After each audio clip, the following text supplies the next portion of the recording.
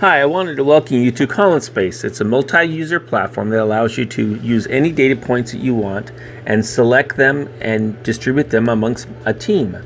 For example, we've created a column in which it has a new user. This new user then can be accessed from anywhere on the World Wide Web. This user now can own any type of columns, and within that, spaces. How we do this is to understand what a column is and what a space is.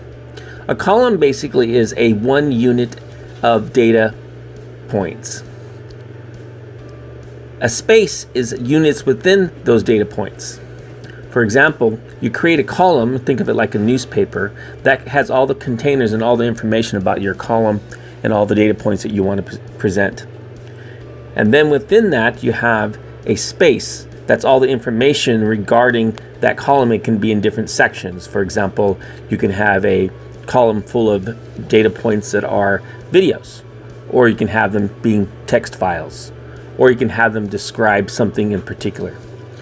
The reason we do this is because in ColumnSpace, we're basically organizing columns of data, and that can be any digital asset that you want to organize, and then you put them in spaces so that way you understand clearly what is the hierarchy of your data point. So in this case, we've created many columns, and in those columns, you have access to data points.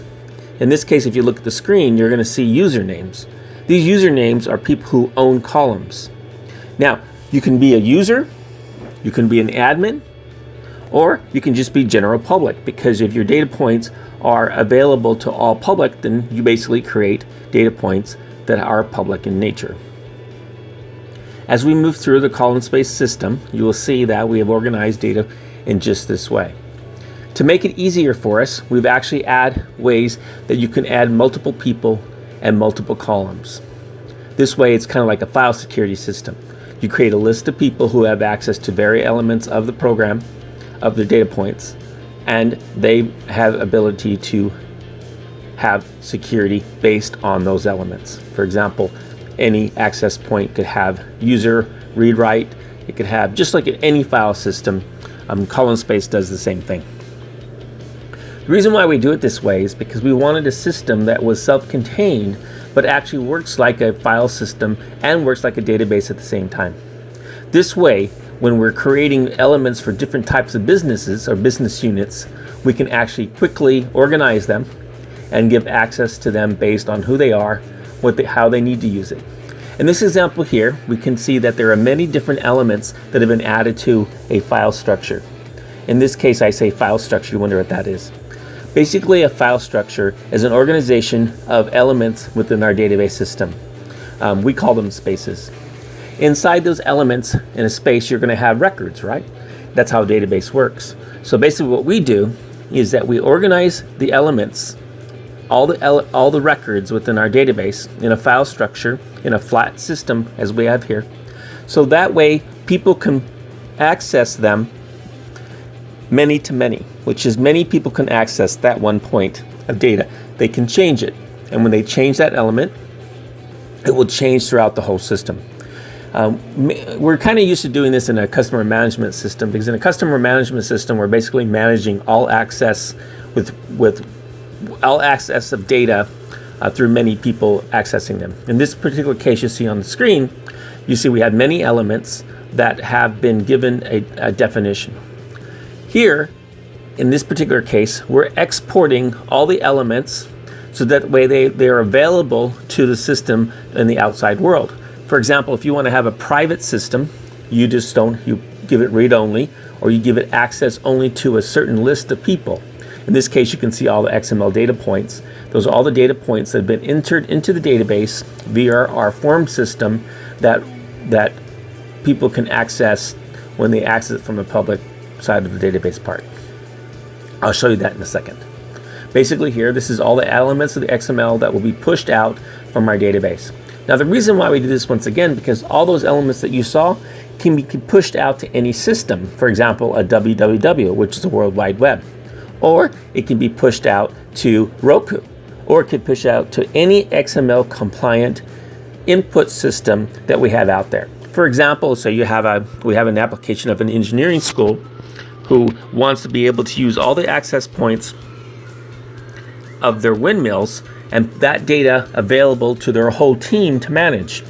In our particular system, we create those same data elements that you saw earlier. We create a form field for them. Multiple people can access those points. And more importantly, when all of the windmills all over the country push data back into our system, now a central point can see those elements and they can manipulate them and push them back if they need to. So our system is an open system, so that way we can push and pull. It means we can pull data from a device, or that device can push elements to us, and we can read them in a customer management system type of way. Or we can get those data points and push them out to public access if that's what needs to happen as well. So basically, our system is designed so it's open sourced and allows many people to access our data points, and we can restrict them via lists. In our system, we actually create a list where we can actually have access points, and I showed you that security model a couple minutes ago. Well, using our system, we felt that we wanted to solve a problem. The problem was, how do you create database structures so that you can use elements quickly and in a multi-user environment so many people can log in and access those points? The traditional way is to create database structure, give elements of security, create forms, get those forms, and give access via whatever the file system or through the database system itself. We decided to take a different approach. We wanted to give you the ability to make these forms immediately, get those data elements available to anybody who's in a list, and then they can use it from there. For example, right here is every element. All these elements are defined, they're pushed out to an XML file, and then when it gets to the XML file, when the file system reads them, they will say, hey, do you have access to this? To give you an example, we created a Netflix type of system. Here we have a Netflix. All these elements that you see on the page are actually data form elements that we created in the admin tool.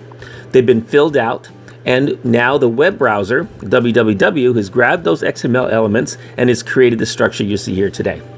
For example, you see a video. That video actually is an XML readout that says, hey, this is the video, this is the picture, this is where the video is, and as you play it, you'll be able to run it.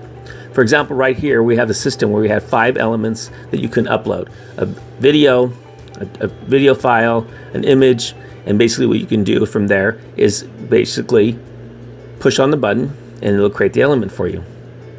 Right here, I wanted to show you one more step. I wanted to show you the system, how it is, and here we are. We're going to log in as a user. The user is now accessing all the data points that you saw through XML. That means it's at the www browser is actually reading the XML files, and it's generating the page that you see here today. Now, if you go to the menu on the left-hand side, you'll actually see all the menu elements as well. So here's the video playing, and so that was actually playing the XML file descriptor, and it's telling it, hey, go play this video. Now this is the user login, so we're logging in as a user. So user can be either an admin, or it could just be a plain user who has access to elements. The reason why you want that is, let's say you had elements that you added to your data structure and you want multiple people to be able to change that. For example, the title, the name, maybe it's access points, or you want your appliance to be able to push data to this element. So you would create an account for that appliance. It'd come here and update the information back by the back end, obviously. But it's a customer, I say customer because anybody can log in that has access to those elements and they can look at it. So you could have your staff log in to this one particular windmill. In this case, we'll use the windmill example. The data points were pushed to our system, and now they can see all the elements, the data points, all the elements that have been pushed to the system. Now, here we go. You see when you add things, you can actually describe it, all the information. These are all XML files that were filled in. For example, here's all the elements, and this would be, in this case, could be many different windmills, or in this case, it happens to be a movie. It's an example of a Netflix type of system. So basically what we're doing now is these are all the titles of the films that we're going to present to the public. Here's all the elements with them. You see there's films, there's podcasts, because those are the elements that we wanted to use in this particular system. Now, since ours is an open system, it doesn't have to be movies. It actually can be anything you want. But the system works the same. So here we go. We're actually looking at all the different elements of that. When I use the example of the windmill, or in this case, one movie, you can see everything about that movie. Now, each of these subcategories is something that we custom build based on the customer and the business unit. In this particular case, we wanted to keep track of all movies. We wanted to allow people to upload their movies to our system, and we wanted to be able to rank them, score them, just like a good festival kind of system, so they can actually say, hey, this is what we want. In this particular case, I showed you an example how we can export the elements to another system. For example, export it to a Roku or to a Netflix, but Netflix doesn't let you do XML, but if it did, let's say to a Apple TV, let's say to a Siri, because Siri actually does accept. Right here in this section, we actually show multi-users. So if you want any element to have access only by people who live within that list, so that way they can add any individual element and change them if they have ownership to that list.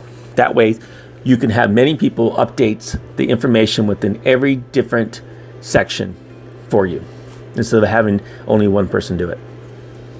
Here you search our library, just typical searches. So basically what that does is search all the files and be able to bring back the information for you.